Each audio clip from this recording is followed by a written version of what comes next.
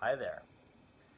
It's another very late evening. Daddy was going to go home at a good time, and then the team invited him to go climbing. And I haven't spent much time with them, so I decided to do that. And it was fun. We had a nice time. But yeah, so now it's time for a story, but Daddy doesn't have time to read a long Bible story, because I'm tired. So, actually, I think I picked a story that's just as long, but I thought we would read about Boasting Billy. But I'm in the wrong spot, because I'm going to make a shadow, so I move over here, where I usually am. Alright, you ready? The first page doesn't have any pictures. William Arnold Croker, known to the other boys in the town as Billy, was a bright boy, but he had one fault. He thought so much of himself that his hat would hardly go on his head. Not really, that's just a saying. Billy's skill in games made him a natural leader of the boys, but they all secretly disliked him because he was always bragging about the wonderful things he could do. Instead of listening to what the other boys had to say, he interrupted them with a story of some experience he had had. If someone said he had seen a big frog, Billy would say, "That's nothing. Last week I saw a frog much bigger than that." At last the other boys got tired of his boasting and began to talk about some way of putting an end to it. As Tyler Walters said, Billy was swollen up with pride as big as a balloon, and it was high time somebody stuck a pin into him. But how to do it was another question. Some of the boys suggested ducking him in the river. But Billy was a strong boy, and none of the others wanted to take the risk of a personal quarrel with him. Then Tyler struck on a bright idea. "I know of something better than that," he said. "It wouldn't be kind to put him in the river, and it wouldn't do him much good anyway. Have you ever thought about what is the matter with Billy?" The others crowded around. "No, what?" they asked.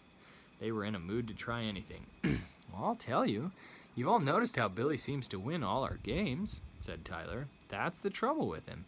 He thinks we're no good. He can always beat us. If we're going to stop his bragging, we'll have to learn to play better ourselves." "Pretty good sense," said another boy. "If Billy lost some games, he would change his tune." "You're right," said Tyler, "but it's up to us to beat him. Why not practice some of our games on the sly and surprise Billy?" "But we can't all win," said a pale-faced, timid youngster, "and I don't see how we can practice all the games we play." "Of course we can't all practice everything at once," said Tyler, "but one or two of us can practice running, some of us can work on jumping, and others can shoot baskets. I'm going to practice so I can throw him out at first base the next time we play." "Great," laughed the others. "Let's do it." Tyler's idea certainly put new life into those boys. Their mothers and teachers began to wonder what was the matter with them, because nearly all of them began to practice hard at the games they had chosen in their secret meeting. Tyler began to practice batting and fielding every morning and evening. In the morning, before his father went to work, Tyler would get him out into the vacant lot next to the house to pitch him a few balls. After school, he would get one of the boys to play with him. Then in the evening after supper, his father would throw him a few more until his eye and timing were nearly perfect, and he could hit curves as hard as straight balls. Billy began to notice a difference in how the boys played. He had always been able to keep an easy lead in races, but a few of the boys were beginning to keep up with him. He never dreamed, however, that the boys were working hard to beat him. School field day came around, full of races and games. Billy hadn't bothered to practice for any of the events because he felt so certain of success. The other boys, however, had worked very hard, with just one purpose in view, and their hard work paid off. They won. Poor Billy didn't win a single race. Billy felt very bad about it, but he was counting on the baseball game that came at the end of the day to save his reputation. This ball game was always a big affair, at least in the boys' eyes. It was held on the town diamond, and usually there were lots of spectators. Billy was an excellent hitter, and he was determined to come out a hero. Billy was up first. "Look out, boys," he cried. "You'd better keep your eye on the town clock, 'cause I'm going to hit a ball right in the middle of it." Carrying his bat with a real swagger, he strolled across the field as if he were a professional. But much to his surprise, Billy fanned out. In the next inning, Tyler was up first. His great opportunity had come. After all he had said to the other boys, he knew what he had to do. Tyler walked out of the batter's box. The pitcher shot him a fastball, but Tyler was ready. He had been training his eye carefully, and he was sure of his swing. To everyone's surprise, he hit the ball far out into the field.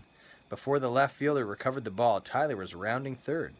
The left fielder threw to Billy, who was catching, but Billy dropped the ball, and Tyler slid in home. A home run! Tyler made 2 more home runs that day. He hit the last one in the last inning with 2 out and 2 men on base, partly because Billy, who was really a good player, lost his nerve when someone else played better than he, and partly because Tyler had worked so hard to succeed. At the close of the game, all the boys crowded around Tyler and proclaimed him hero of the day. With a heavy heart, Billy watched them from the edge of the field. "How about the town clock?" piped a small voice behind him. Billy turned red. "Maybe next time," he mumbled. That was the last pin Billy needed to have stuck into him. Every time he was tempted to boast after that, he remembered the town clock and swallowed his words.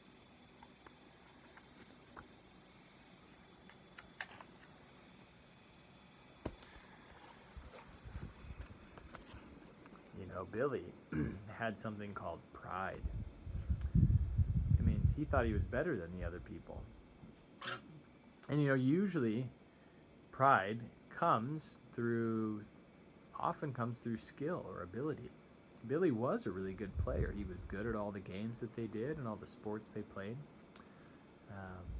But instead of using that to help other people and saying, hey, you know, maybe I can help my friends to get better, he just used it to feel better than them and make them feel bad. They would try to tell him a fun story about something, and he'd say, no, that's not important. I did something way better than that, or I saw something way bigger than that. And you know what? That doesn't make people feel very good. A lot of times that happens too when people are insecure.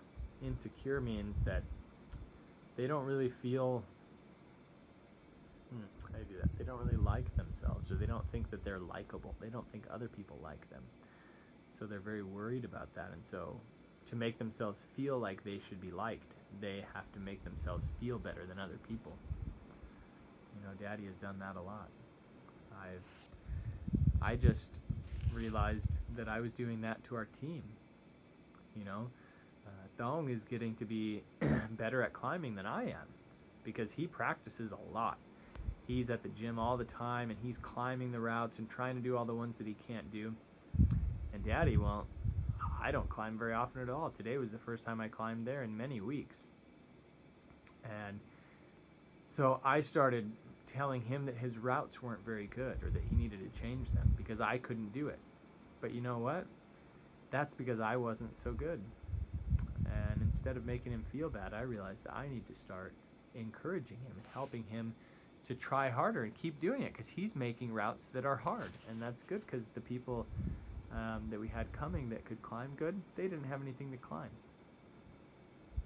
So the point is, if we're good at something, we should use that to help other people to get better if they're interested, but not to make us feel better, because really it doesn't mean that we're better than anyone. It might mean that we tried harder, or it might mean that God gave us blessings and abilities, but if God gave them to us, He did it so that we can serve other people. So I hope that you can find something that you're good at that you can use to serve other people. Maybe you can start with helping Mommy. Alright, well, I love you guys. I love you too, Mom. And I'll talk to you tomorrow, or tonight. Okay? Love you.